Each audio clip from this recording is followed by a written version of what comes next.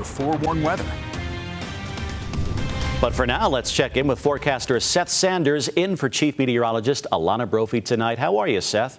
I'm doing well. You know, I'm no chief meteorologist Alana Brophy, but I'm pretty good at talking about the weather. Yeah, for sure. So I want to show you this view behind me. This is coming out of the Black Desert Resort from the Skycam.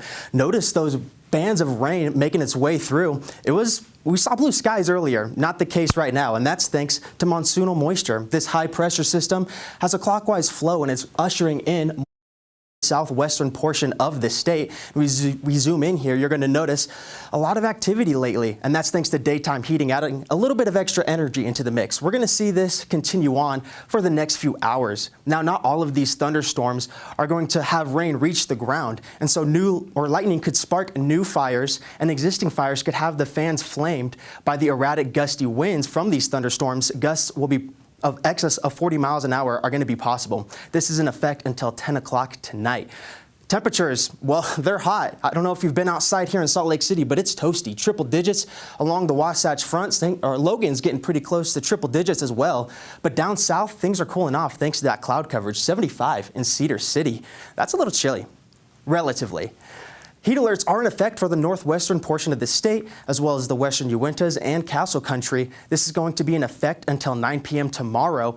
Temperatures of 100 to 105 degrees are possible with very little overnight recovery, only dipping to the mid-70s. So make sure that you keep your eye on those who could be susceptible to heat-related illness.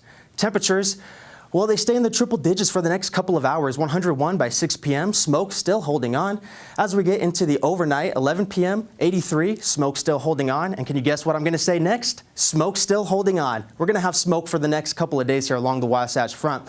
And it's making for very unhealthy air quality. What you see here highlighted in orange is unhealthy for sensitive groups. And that's thanks to not only the particulate matter from the smoke, but ozone, higher ozone levels we see in the summer. Precipitation potential moves a little further north tomorrow, impacting central and southern Utah, and there's even a chance we could see some make it up towards Provo, maybe even Salt Lake, but I anticipate it's going to stay in the higher elevations. Let me show you what I'm talking about. So overnight, things are going to clear out, but then daytime heating adds extra energy, and those thunderstorms pop right back up. Now you notice it is mostly over the higher elevations, but we could see thunderstorms make their way over the Wasatch Front as well. If not tomorrow, then on Sunday. It does start to clear out a little bit, but there is going to be more wet weather on the way. Flash flood potential is going to be possible for much of our beloved national parks down there in southern Utah. Natural Bridges and Grand Gulch, it's going to be probable. Hazy skies apart from that. As we take a look at our regional forecast, you're going to see pretty much what we've been talking about. Southern and central Utah, well, we're looking at thunderstorms clearing as we go to the north with hazy conditions. Zoom in here, we'll talk about this in more detail. Triple digits for the Wasatch Front, 90s for the Wasatch Back, so even the higher elevations are going to remain warm.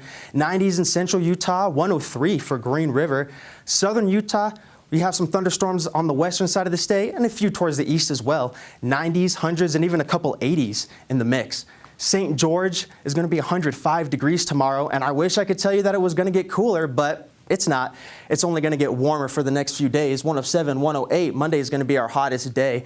We do have the chance of thunderstorms holding on all the way through the weekend. Slight chance on Monday, but then that chance of thunderstorms comes right back. A whole lot of thunder in the city down under. As we move up here to the Wasatch Front, we don't have as much wet weather, but we do have a slight chance through the week.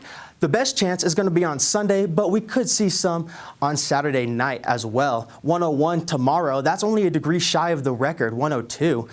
We do get a break from triple digits, kind of. A 2-degree drop on Sunday, but then the triple digits make their way. So I wish I could tell you guys that it's going to be a beautiful weekend, but that's not necessarily going to be the case. We have poor air quality and thunderstorms that we're going to have to worry about and possibly challenging record temperatures. So try to stay inside if possible or limit your time outside if you must be out there. For now, let's send it back over to Brian. You know what I like about Seth? He doesn't sugarcoat anything, right? He just tells us what's